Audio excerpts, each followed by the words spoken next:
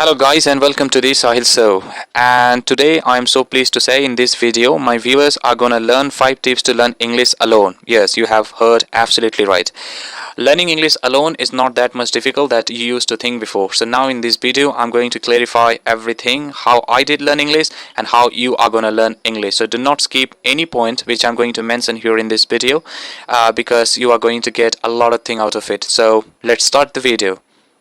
So there are 5 points I'm going to mention, and especially I'm going to tell to my audience like how they can really enhance their communication skills if they are really so much passionate into English language. So let's talk about the 5 tips. The first tips that I want to give to my audience, that is like speak in front of a mirror. Absolutely right, because look, it's the trick like you might have heard from many people, but I'm going to tell you the basic reasons behind it.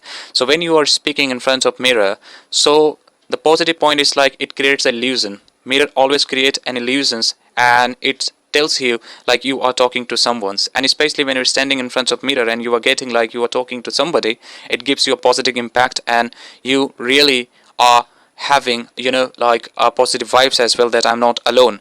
Second and most important point I like about talking in a front of mirror, like that is like you can really monetize, and you can monitor, you can scrutinize how is your facial expressions during the conversations, and during a public speaking is very important. How is your facial countenance, how is your body countenance, and how is your mouth is really like moving, and how much you're opening your mouth is very important for your pronunciation, for your enunciations, and how you are exactly speaking. So you can monitor this as well. So speaking in front of a mirror. Second point that I am going to give to my audience, that is read aloud to yourself. That is very important, and many people are silent reader. That you do not need to do. I have seen in many cases like people are really like reading so silently. They are so taciturn when it's come to reading. Reading loudly can really help you to like stress the words, and you can really put efforts on pronunciation. So when you are reading a word like viewers, you are really going to pronounce this word in a good way, and that's what you need to understand here. Read aloud to yourself. You can find 5 or 7 minutes for yourself to reading, and when you will be reading, try to read aloud a bit. I'm not saying that you need to read 10 minutes but loudly, but at least you can try to read 5 minutes at least. Read something loudly and noisily, that you can hear your own voice, you can hear your own pronunciation as well. And the third point that I really want to mention to my audience, that is listen to a podcast, and especially it's about where you are infatuated. And if you're really infatuated with an American accent, and if you're infatuated with a British accent like I am, so you can really follow some YouTube channels or somewhere where you can listen some productive broadcast about that British accent, and they will be providing you some content that you really gonna like put in your speaking skills, and you can really see like how the like the Britishers and the Americans are pronouncing the words, how much stress they are putting, the efforts they are putting on a word, how they are pronouncing a certain word. So listening a podcast even in a 10 minutes or 7 minutes in a day can be beneficial for you, because you by the reading you are having the content, and by the listenings you are preparing your muscles memory, that how you need to pronounce a certain words. So listen to a podcast or listens anything in your favorite accent. The most important point that I want to mention here, mostly people skip this part because when they have graduated or they have matriculated from somewhere, so really they really say like, no, I do not need to write something because my handwriting is not good.